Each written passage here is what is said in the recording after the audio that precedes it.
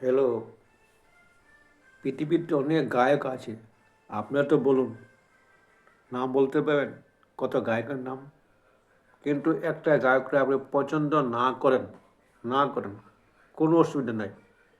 কিন্তু আপনি সেই গায়কটাকে আপনি প্রতিদিন একবার হয়ে পড়ে এই গায়কটাকে আপনি হাততালি দেবেন। বলতে পারেন কোন গায়ক? বলতে পারছেন না তো?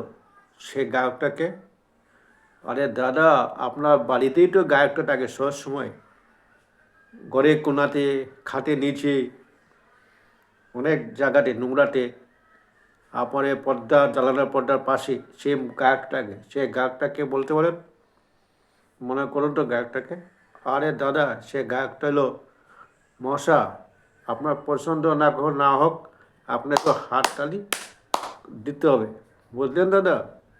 এটা হলো শ্রেষ্ঠ গায়ক।